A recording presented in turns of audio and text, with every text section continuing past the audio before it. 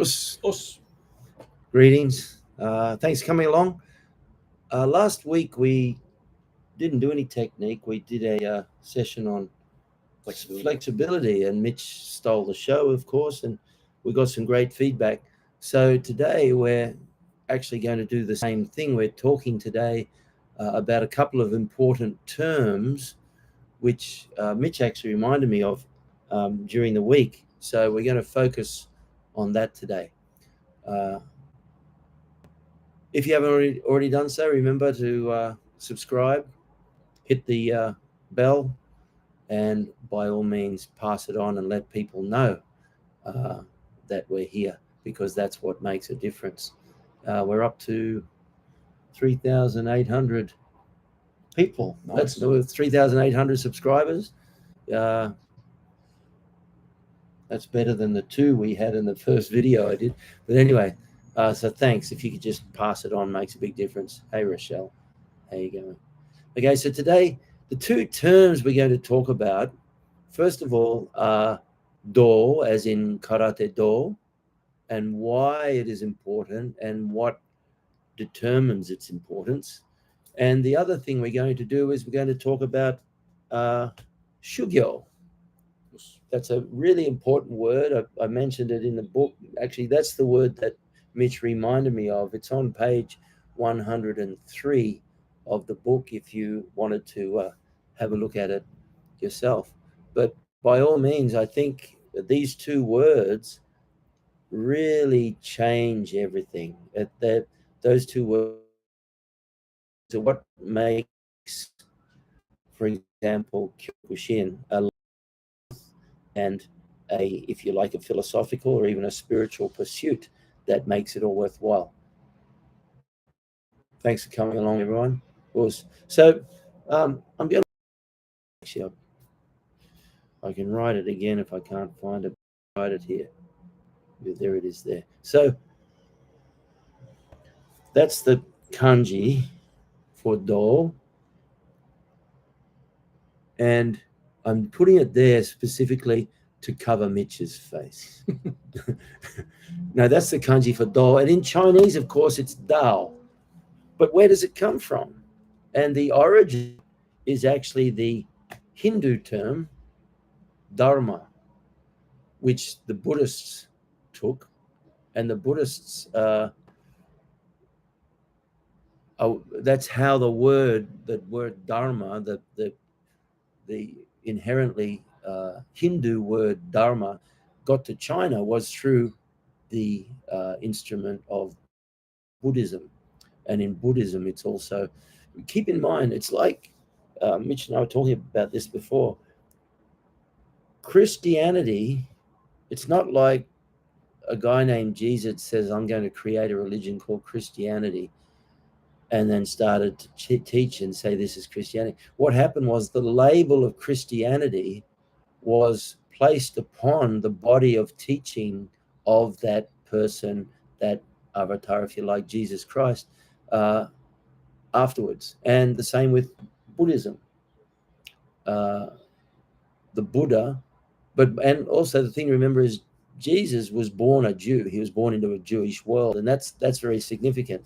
Just the same as Buddha, the Gautama Buddha, the historical Buddha, because Buddha just means someone who is enlightened.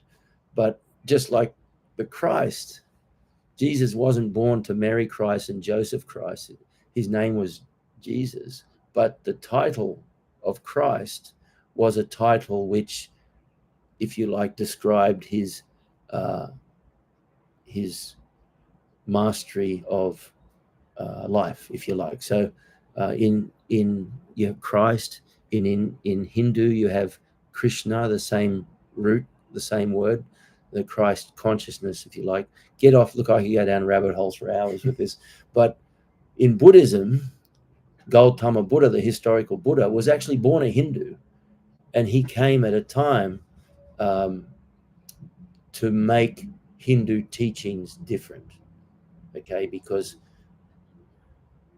in the Bhagavad Gita, it says, when virtue declines and vice prevails, I reincarnate in the physical form to help reestablish righteous principles. Okay, righteous principles, dharma, the word dharma. And the Hindu word dharma, which was also became a Buddhist word dharma, is the origin of the word Dao, which is the origin of the word Do, karate Do. Okay, and I mean, I took a couple of notes here because I didn't want to get it wrong, but essentially, Dharma describes our duty. Okay, and it's man's inherent duty to live in accord with the eternal principles of righteousness. What are the eternal principles of righteousness? Well, everything we do creates a karmic reaction, and that reaction is either beneficial or not.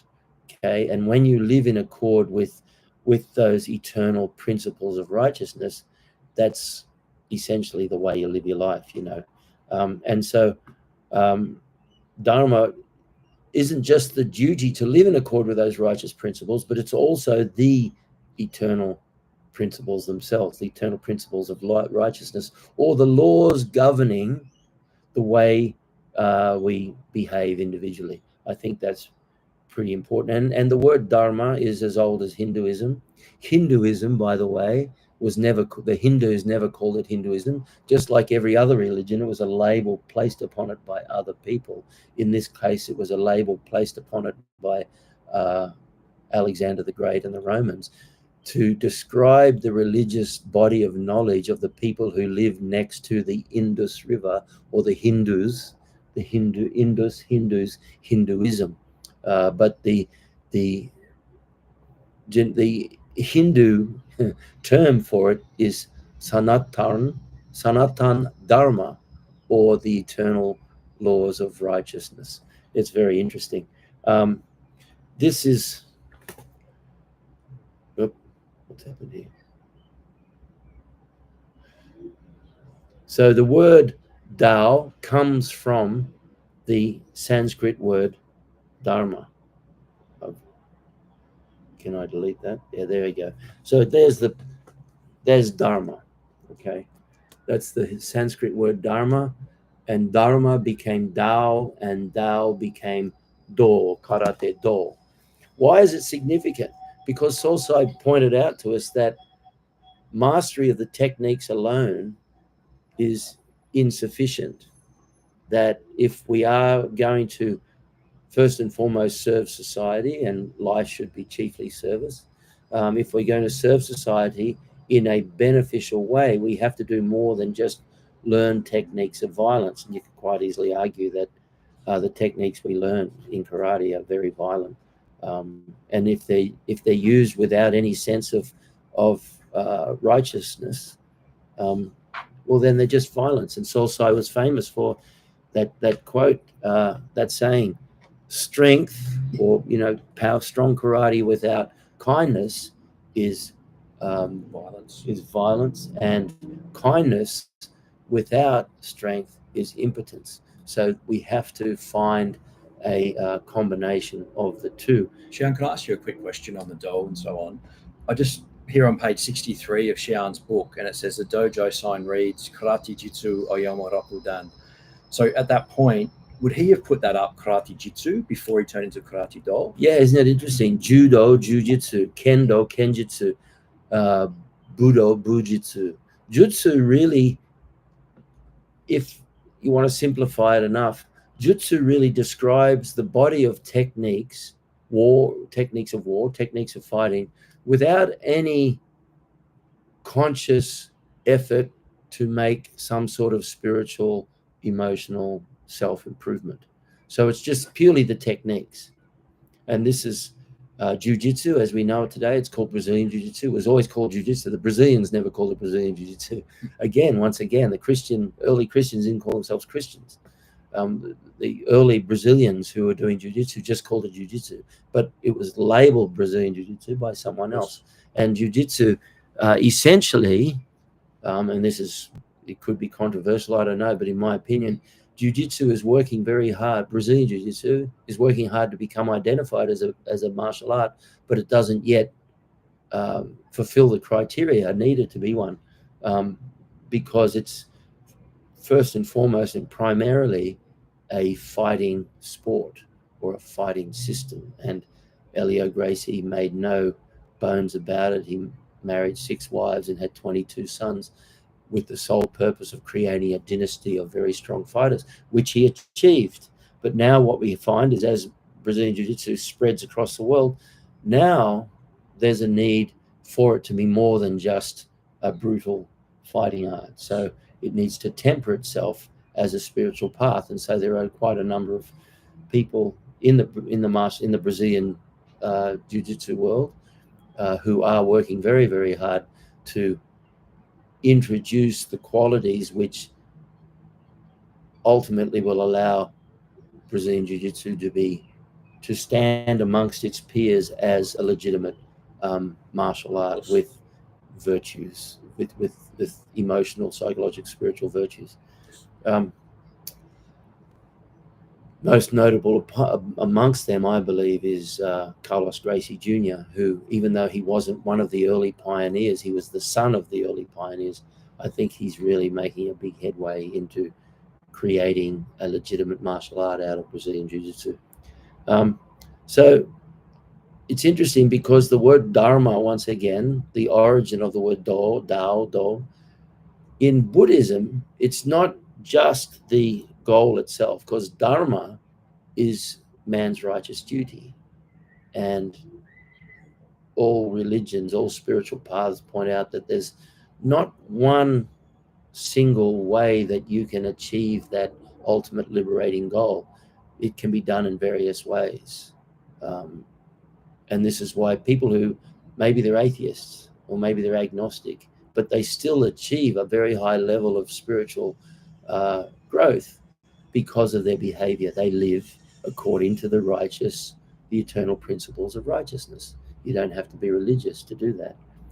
But in Buddhism, it's not just that eternal principles of righteousness, it's also the path to that. And that's where the transition from Dharma into Do, that we know, the way of karate, the path of karate, finds its primary transition, is that in Buddhism, it's not just the goal, it's also the path. So there is no separation. It's like the phrase which is common. It's not the goal, the destination. It's not the journey, it's the destination. That's right. It's both. And also, that saying, don't forget to enjoy the flowers along the way. So, the path itself is the goal as well, living the path in a righteous way. Sometimes because of that, though, there's an simplification in that we think because Dao or Do means the path, well, then it's just often translated as the path. So you'll get books called the Tao of sex, or the Tao of this, or the Tao of that, just like the other word which is abused in that respect, but it's nice enough, is the Zen. The Zen of the Zen of eating. The Zen of this, yeah. And that one of the most famous books, Zen and the Art of Motorcycle Maintenance. Great book, by the way. And interestingly, Tao or Taoism, who is once again, that what has been labeled by other people as Taoism, is the body of knowledge primarily of the Chinese teacher Lao Tzu, or Lao Tzu, if you like. And one of the things that Lao Tzu taught is inaction. And so people often, it's very rare that a righteous teaching agrees with your natural propensity to laziness. But in fact, a lot of people misinterpret inaction to mean you don't really have to make an effort. And this is where Buddha came along. He came into the Hindu world when people had become overly reliant on God, overly reliant on prayer, overly reliant on rituals, that's the word, paying ritual respect to idols and things like that. Buddha comes along and says, no, you all got it wrong, that forget it, there is no God, is no ritual. There's only one thing you need to know, that life is suffering and that there is a way out of it. So he completely simplified what had become over time one of the most complex religions into something very, very simple. I think he called it the Four Noble Truths. Very simple. But inaction doesn't necessarily mean not to take action. A more accurate way to look at it would be, don't overreact to things. Yogananda says, and Mitch even knows the phrase off by heart, beware of the emotional reactions to the inevitable fluctuations of the phenomenal world. So let's compare two karate shihans, if you like. You got one shihan here who he's very happy to have his 6th dan, and another one over here who's very happy to have his 6th dan, and something happens and this one loses it. He has no emotional control over the event that happened. Remember, events happen, and there's only two types of events. There's ones you can control and ones you can't. If you can't control an event, there's no benefit to losing it. If you can control an event, there's no benefit to losing it.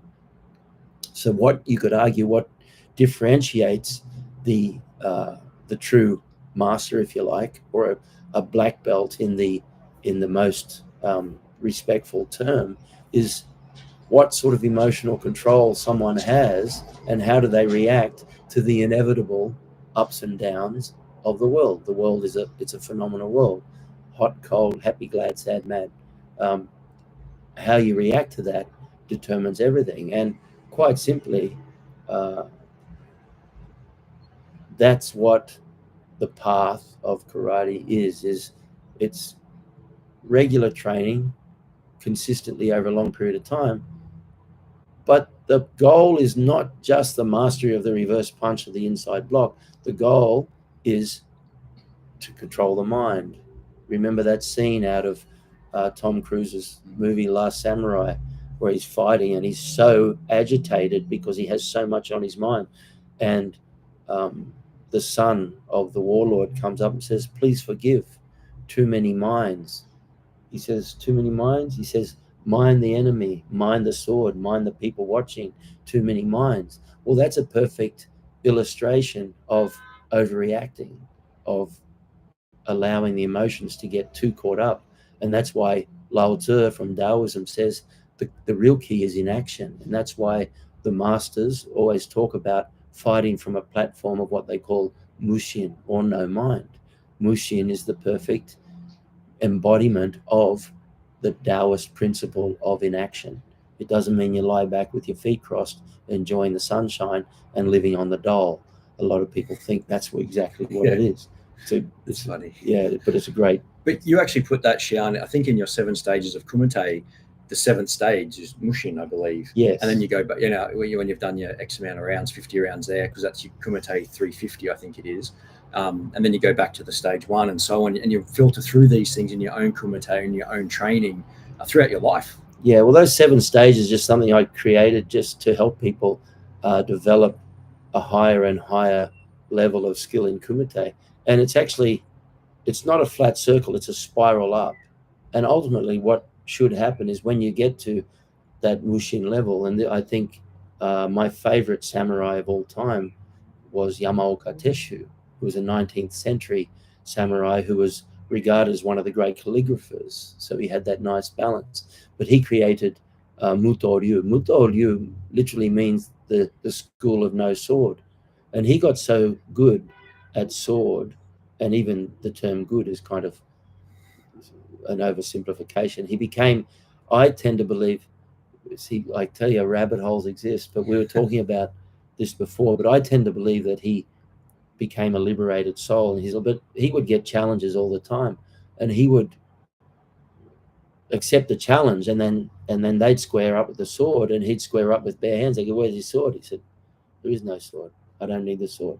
And he was unbeatable without the sword. He, by the way, is the origin of Soul Size 100-man Kumite, because he was said to have done, he created for his students a very similar thing, but much more intense, with the sword, where they'd have to fight hundreds and hundreds of fighters until they collapsed, in controlled circumstances, of course. But anyway, Yamaoka Teshu, the founder of the Mutoryu in the 19th century, he's the man, if you ask me. And talk about mastery of mushin. And I remember many years ago, there was the Brisbane Kendo Club used to train in the same place as us, and they had a visit from a very famous sensei, Nakakura sensei. You could look him up. He was 10th Dan. You don't get 10th Dan in Kendo very often. There's probably a handful of them ever. And he was, at that time, I think he was 77 or 78, and he was doing rounds of kumite, if you like, with the sword, with current Australian champions and things like that, and none of them could touch him. He would just like wait, and then boom. As they moved, he would counter their move. He knew what they were going to do before they did. And that's the embodiment of mushin. Okay, now, what is the process of that karate do, that living that path and of training? That is called Shugyo. And this is where we mentioned it on page 103. It's very much the foundation stone of Solsai's 11 mottos. Solsai was adamant. He talked about Shugyo all the time. And Shugyo, did I do it here? Where's my pen? I'll do it. But there are two types of Shugyo. Okay, so I'm just going to write the first one here.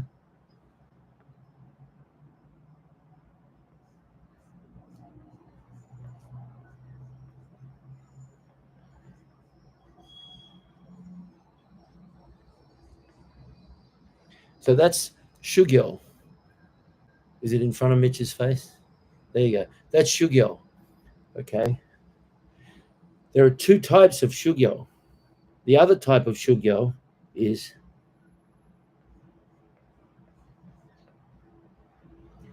that Shugyo. So you're in the same first kanji, but the second kanji changes.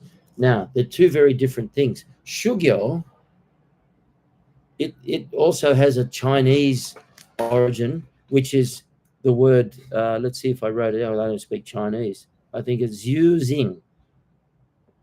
And you don't need to know that, except it gives you a phonetic bridge to its Sanskrit origin, which is sadhana.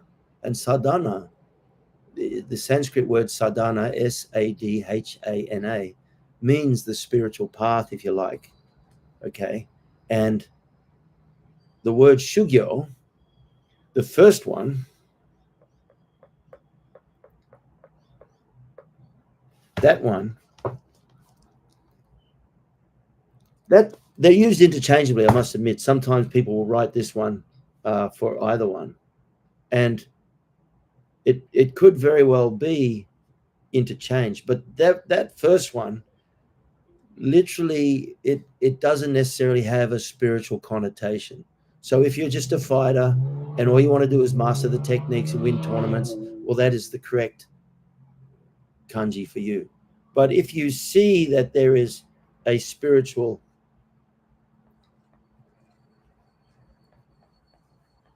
goal in the martial arts,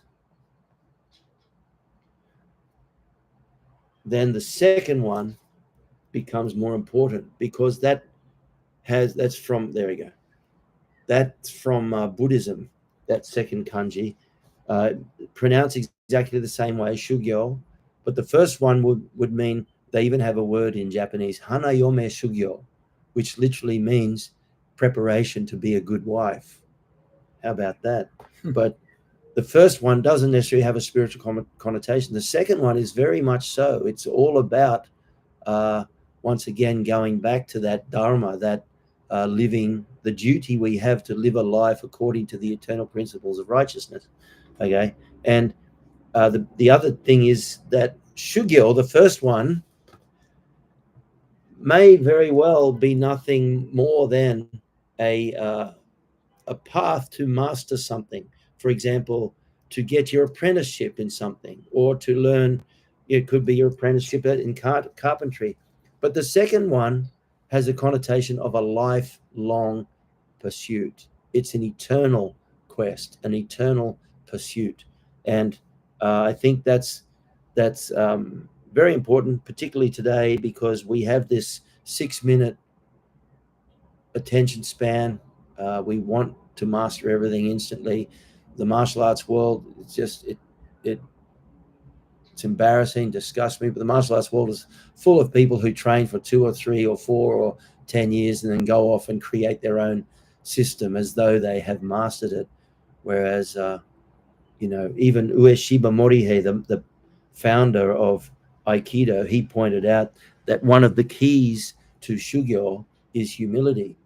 And that simply to me means having the humility to recognize that you can train for 10, 20, 30, 40, 50 years, but you still have to have that mind of a beginner, because even like I've mentioned numerous times, when Solsai's lying in bed looking at his fist going, even after 60 years, he's not sure whether he's mastered the grip, whereas you have people who've been training for 10 years, 15 years, call themselves 10th Dan masters, and it's like they can't even sit straight or lie straight. Yeah, I was going to say lie straight. Yeah, but anyway, so, and then if you connect that Shugyo, if it's a lifelong pursuit, well, what does that mean? Well, mastery of anything comes, and that is interesting, because that then determines that you have a responsibility to choose your goal properly. Is the goal you choose in accord with the eternal principles of righteousness? Okay, because if it's not, there's only one outcome, and that is misery. I can tell you now. And lots of people pursue things which have no connection with the eternal principles of righteousness, and the outcome is misery. I mean, there are literally people out there who, I don't know, they want to master the art of creating improvised explosive devices to kill people, and they do get good at it, but it's questionable whether how evaluating it is to the that's world. right. It's not exactly in accord with righteousness. And don't forget, any pursuit, any goal that you have only takes 3 things. Besides having a good goal, it just means consistency, regularity over a long period of time. They're the 3 keys to master anything, whether it's guitar or piano or sushi cooking or karate. Be consistent. Be regular in your training over a long period of time. And that's what Shugyo really means. And so after Mitch's session last week on flexibility, we had a lot of really good feedback, both indirectly and directly, people saying to us our face it was a great session, but also people leaving comments. So make sure you leave comments down below too. Like I said, we try to keep these sessions as short as possible, but I could write a book on this stuff. You actually have written in your book on this stuff, that's for sure. And Xian, when you said mastery, you've told us before that in India, it's believed that it's 7 lifetimes till mastery. So when you say pursue these things for a long period of time, you really do mean a long period of time. Yeah, I mean, you look at people who, Mozart picks up a violin at 2.5 or something and plays flawlessly the concerto that he just heard his dad play. I mean, how do you explain that other than the fact that he had past life memory? So in the teachings of Sanatan Dharma, or the Hinduism, in their text, they say that mastery of anything takes a minimum of 7 lifetimes. And so if you're feeling like you haven't quite got a handle on the Seika Tanden, dropping the weight in the hara and throwing a punch, well, then don't worry. You've got plenty of lifetimes to sort it out. We're all in the same boat. But anyway.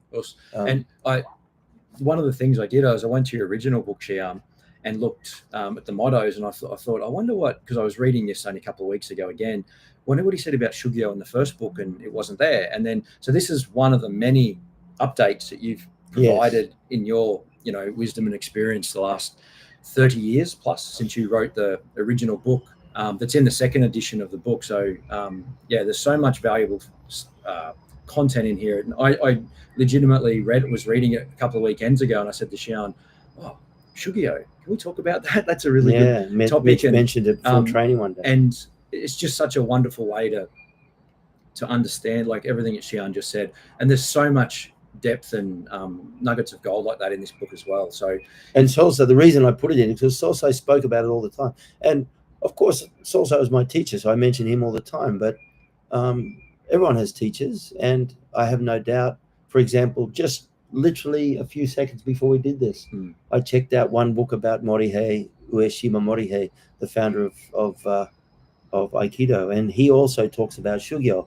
And so Shugyo is not unique to Kyokushin, but it does, I think it really gives Kyokushin, it gives any pursuit that understands the importance of sadhana, a spiritual journey. Sadhana is, the word sadhana usually means an individual's spiritual journey, and that's Shugyo. And I think if you recognize that then your training becomes far more than just kick and punch. And this is why the arts, the traditional arts of karate and so on, have so much to offer, even after a fighter retires from their career.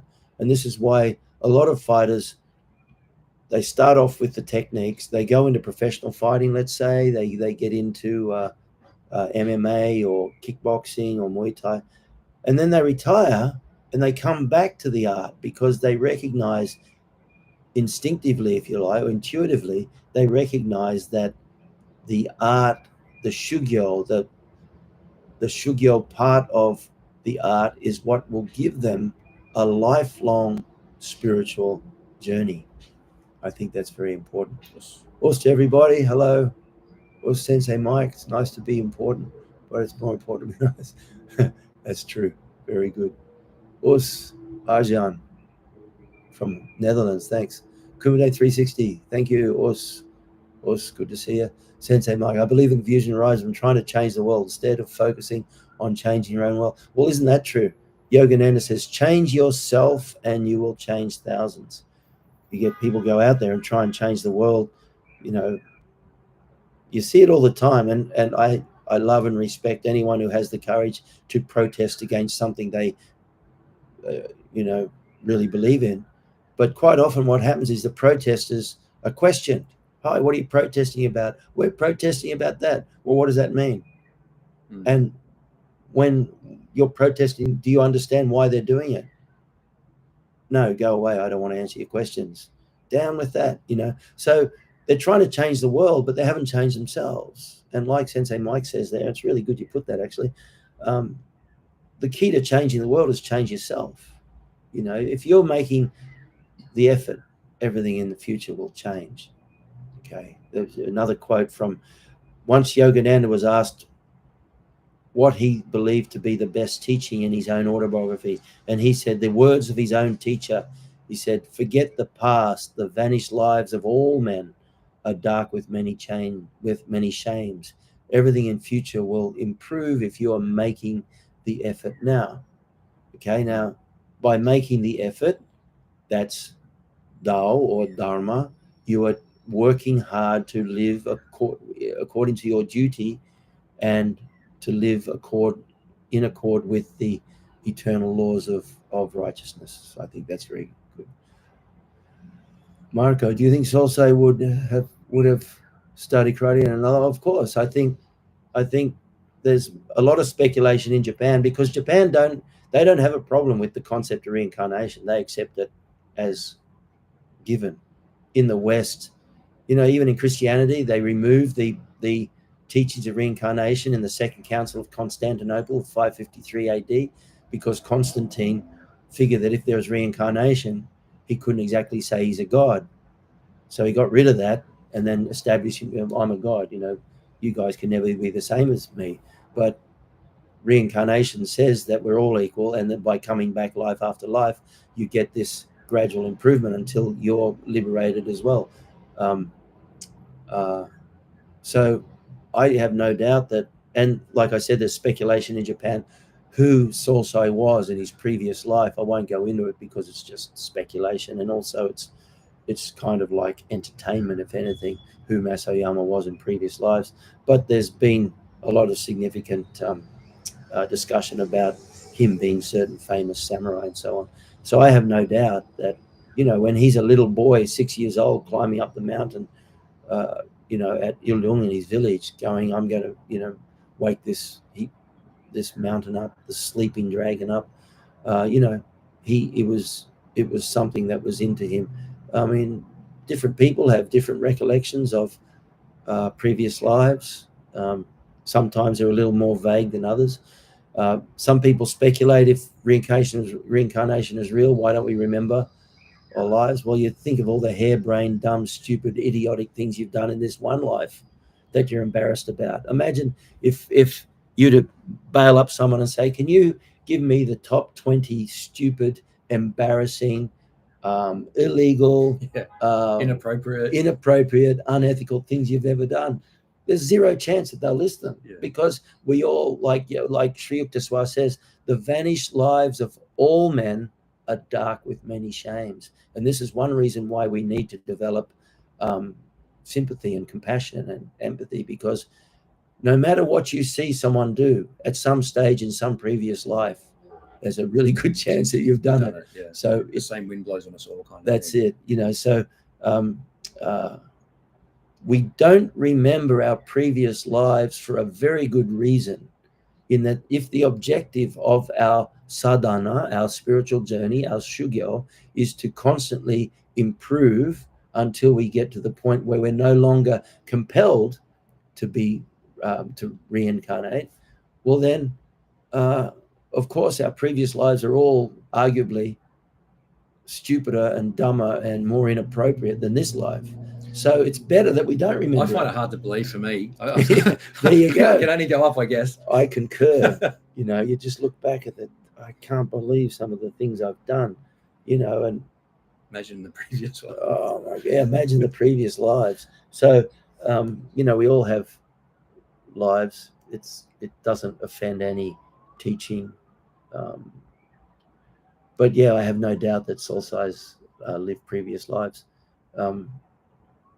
Even my own son, who's just turned 2 at 19 months, 19 months old, he came and watched the karate class for the first time. And he literally stood up at the back of the class and he's going, us, us, us, us, us, us. And he looks at his fist and he tries to make his fist, us, us.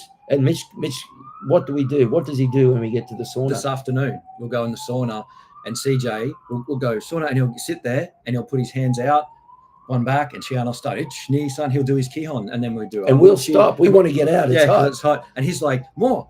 He goes, not more. And he gets down sometimes if he's really enthusiastic and he'll want to do kicks. Yeah. So he's legitimately modeling all the past, like who knows what. Yeah. And I mean, not every 2-year-old does that. Just like other 2-year-olds will pick up a musical instrument, or other 2-year-olds will have a propensity for something else, and in the Hindu teachings, they say that the parent doesn't choose the child chooses the parent, because what Yogananda says is that every good, bad, mixed action deposits in the spiritual, the astral and physical brain of man, a seed tendency, which consequently grows up again.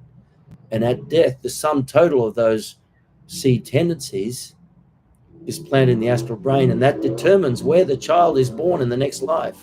And so that the child, at the moment of conception, it's said that at the moment of conception, the soul enters in, and there's a fight, there's a battle in the astral to get into that particular circumstance, because that particular place, time, parental combination provides the perfect environment for that soul to continue its journey most appropriately.